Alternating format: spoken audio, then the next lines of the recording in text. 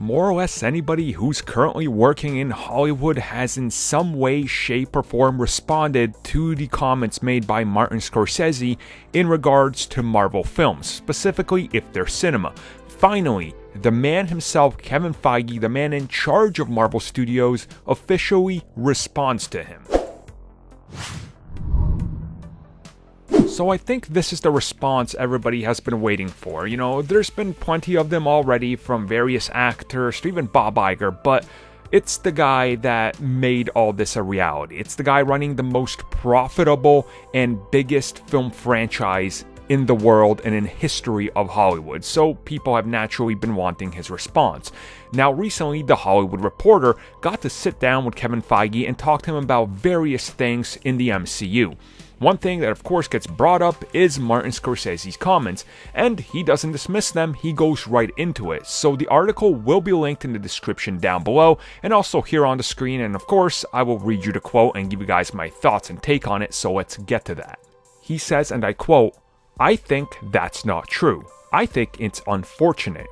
I think myself and everybody that works on these films loves cinema, loves movies, loves going to movies, loves to watch a communal experience in a movie theater full of people. I think it's fun for us to take our success and use it to take risks and go in different places. Everybody has a different opinion and definition of cinema. Everybody has a different definition of art. Everybody has a different definition of risks. Some people don't think it's cinema.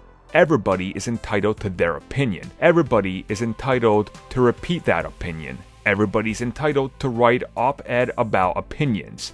And I look forward to what will happen next. But in the meantime, we're going to keep making movies." So there we go.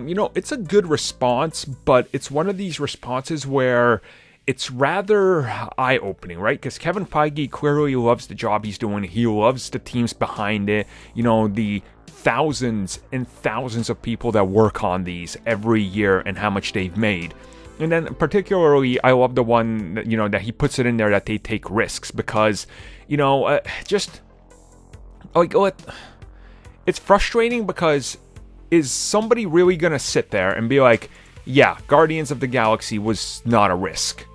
Do you guys remember a time where Guardians of the Galaxy was first announced?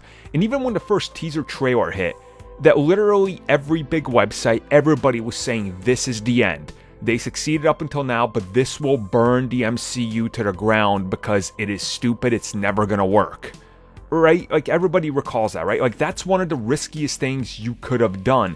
And the fact that they went out of their way to get James Gunn, and that Disney accepted what he wanted to do with it and signed off on this budget for an unknown franchise that even the most hardcore comic book nerds were like, you're really gonna do Guardians before you do Nova? What is this?